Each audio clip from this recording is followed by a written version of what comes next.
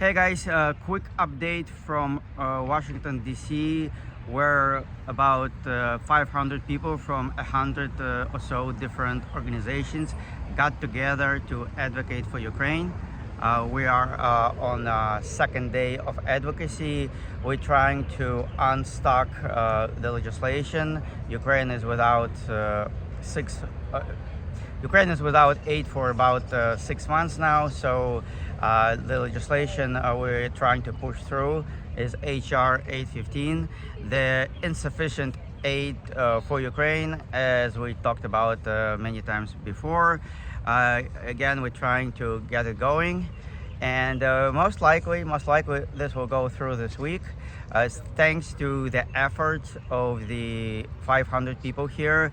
And of course, there are other events that influence this decision. Of course, the war in Israel is taking a lot of priority as well. So there are advocacy groups over here trying to help Israel. So that certainly adds to the push. And again, as I said, most likely the insufficient aid will continue on, and this result will be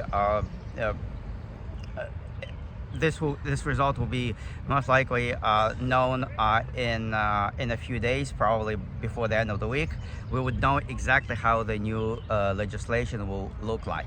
Now, you may ask why I'm talking about and advocating for aid that is not sufficient. We know this is not enough for Ukraine to be successful. Certain things could be added this week to the legislation to make it better. We don't know yet what, but overall we don't expect any significant changes that would be groundbreaking for troops in Ukraine. But why do we advocate for that? Why we're here?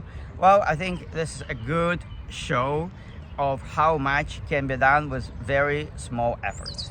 Consider how much can we do having only 500 people in DC, and of course another several hundred, maybe even several thousand in home states, making phone calls, doing rallies, sending letters to their senators and representatives.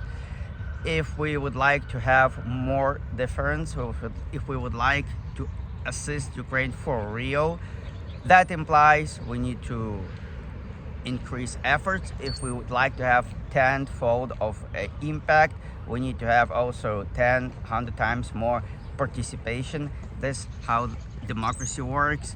If 500 people in DC meeting with their senators and representatives can make a difference, imagine how much difference we can make if we're a few 100,000, if we're 1 million, if we're 2 million of Americans who would like to stand for Ukraine, if we would like to stand together against authoritarian regimes like Russia, like China, like Iran.